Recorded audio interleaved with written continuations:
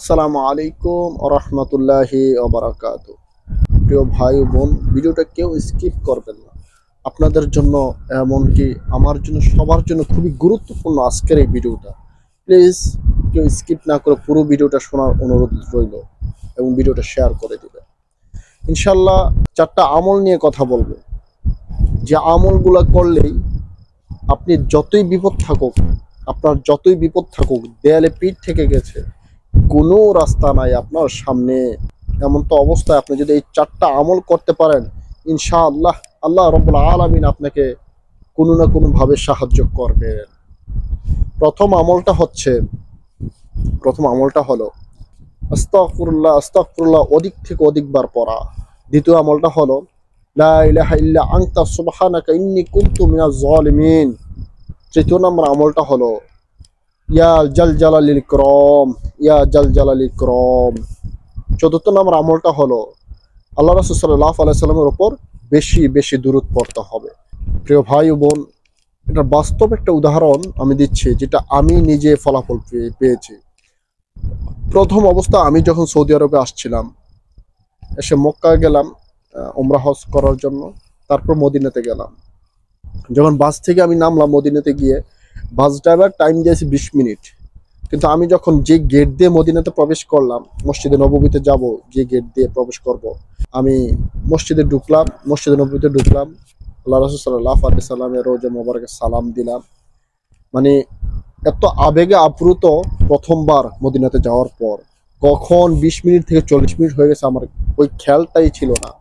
হঠাৎ করে মনে পড়লো যে বাস ড্রাইভার তো মনে চলে গেছে। তখন আমি ঘুরতেছি, আর বিশেষ করে আমি গেট চিনতে পারছিলাম না, কোন গেট দিয়ে ঢুকছি আমি ওই গেটটা চিনতে পারছিলাম না। নতুন অবস্থায় খুবই হতাশার ভিতরে ছিলাম, মন খারাপ হয়ে গেল। ওদিক থেকে ওদিক যাই, অনেকটাই ঘোরাঘুরি করতেছি, কিন্তু কোনোভাবে আমি বাস পাচ্ছি না এবং কোনো রাস্তাঘাট আমি চিনতে পারতেছি না। আমি নতুন অবস্থা এসে এই অবস্থার ভিতরে পড়ছি। আমার কাছে কোনো টাকা পয়সা ছিল না, খুব বিপদের মধ্যে ছিলাম।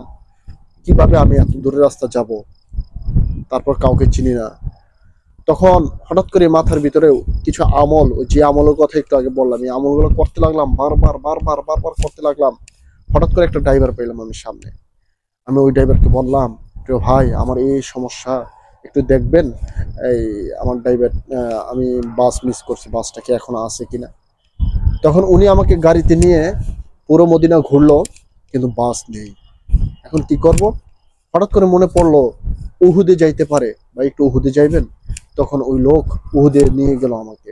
উহুদে নেওয়ার পরে দেখি যে ওই বাস আছে, ওই বাসটা ছিল উহুদে। তখন আল্লাহর কাছে মনে মনে শুকরিয়া আদায় করতে লাগলাম, আর ওই আমলগুলো বারবার করতে লাগলাম, আর একটা মনের ভিতরে আনন্দ উপভোগ করতেছি। গাড়ি থেকে নামলাম, নামার পর ওই বাসে উঠলাম। উঠে দেখি কোনো যাত্রী নেই, বাস চেঞ্জ হয়ে গেছে। এখান থেকে বাস চেঞ্জ হয়ে অন্য বাসে ওই অন্য যাত্রীরা চলে গেছে। তখন বাস ড্রাইভারকে বললাম, আমি খুব সমস্যার ভিতরে আছি, প্লিজ আমাকে ওই বাসের দিকে নিয়ে চলুন। তখন উনি আমার কোনো কথা শুনে না, তারপর ওনাকে একটু বুঝিয়ে বললাম, উনি বুঝতে পারলেন।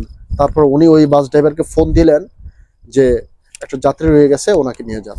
তখন উনি লোকেশন দিলেন, তারপর ওই বাস ড্রাইভার আমাকে ওই বাস পর্যন্ত পৌঁছিয়ে দিলেন। দেখুন, বিপদের সময় যেখানে সাহায্য করার মতো কেউ ছিল না, তখন আল্লাহ রাব্বুল আলামিন কিভাবে সাহায্য করলেন। তাই ভাই, এই আমলগুলো বেশি বেশি করবেন, যতই বিপদ থাকুক আল্লাহ রাব্বুল আলামিন সাহায্য করবেন ইনশাআল্লাহ। ভিডিওটা ভালো লাগলে অবশ্যই শেয়ার করে দিবেন। আসসালামু আলাইকুম ওয়া রাহমাতুল্লাহ।